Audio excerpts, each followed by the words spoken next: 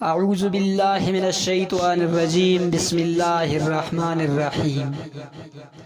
بیان کیا جاتا ہے کہ ایک دفعہ ایک آدمی اپنے شیخ کے پاس گیا اور کہنے لگا، اے شیخ مجھے اسم اعظم دے دیں تاکہ میرے بگڑے کام بن جائیں۔ شیخ کہنے لگا، اسم اعظم میں تجھے کل دوں گا، آج تم سیر و تفریح کرو اور کل آ کر مجھ سے اسم اعظم لے جانا۔ وہ آدمی بڑا خوش ہوا اور سیر و تفریح کرنے لگا۔ سیر و تفریح کے دوران اس کا گزر جنگل سے ہوا تو اس نے دیکھا کہ ایک بوڑھا لکڑہارا لکڑیاں کاٹ کر اپنی کمر پر لاد کر لا رہا ہے۔ اس کے دل میں خیال آیا کہ شاید میں اس کی کوئی مدد کر سکوں۔ اتنے میں کیا دیکھتا ہے کہ شہر کے کوتوال کا وہاں سے گزر ہوا۔ کوتوال نے بوڑھے لکڑہارے سے کہا، بابا یہ لکڑیاں ہمارے گھر پہنچا دو۔ بابا نے کہا، برخوردار میں اس کی قیمت لوں گا۔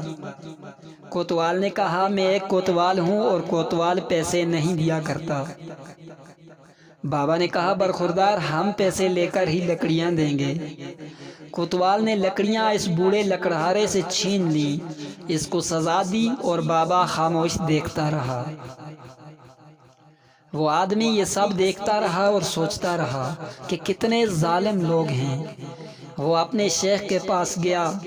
شیخ نے کہا، اے شخص تم نے کیا دیکھا؟ صبح تجھے اسم اعظم بھی دینا ہے۔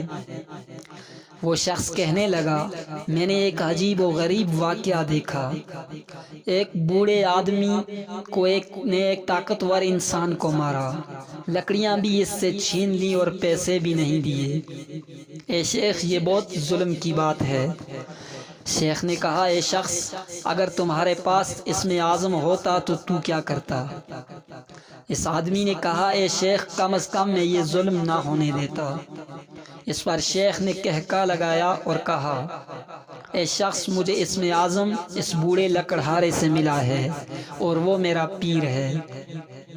اس پر آدمی نے حیران ہو کر کہا، تو وہ بوڑھا آپ کو اسم اعظم دیتا ہے اور خود اتنی مشکلات برداشت کرتا ہے، یہاں تک کہ اس نے مار بھی کھا لی مگر اسم اعظم استعمال نہیں کیا۔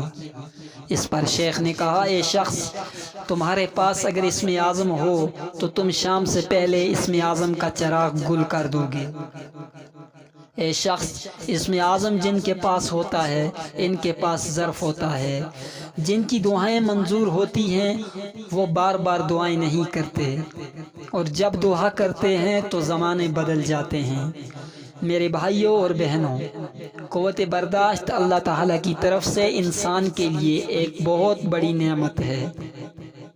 میرے آقا صلی اللہ علیہ وسلم پر طائف میں پتھر برسائے گئے مگر آپ صلی اللہ علیہ وسلم نے ان لوگوں کے لیے کوئی بد دعا نہیں کی، بلکہ فرمایا کہ اے اللہ ان کو ہدایت دے۔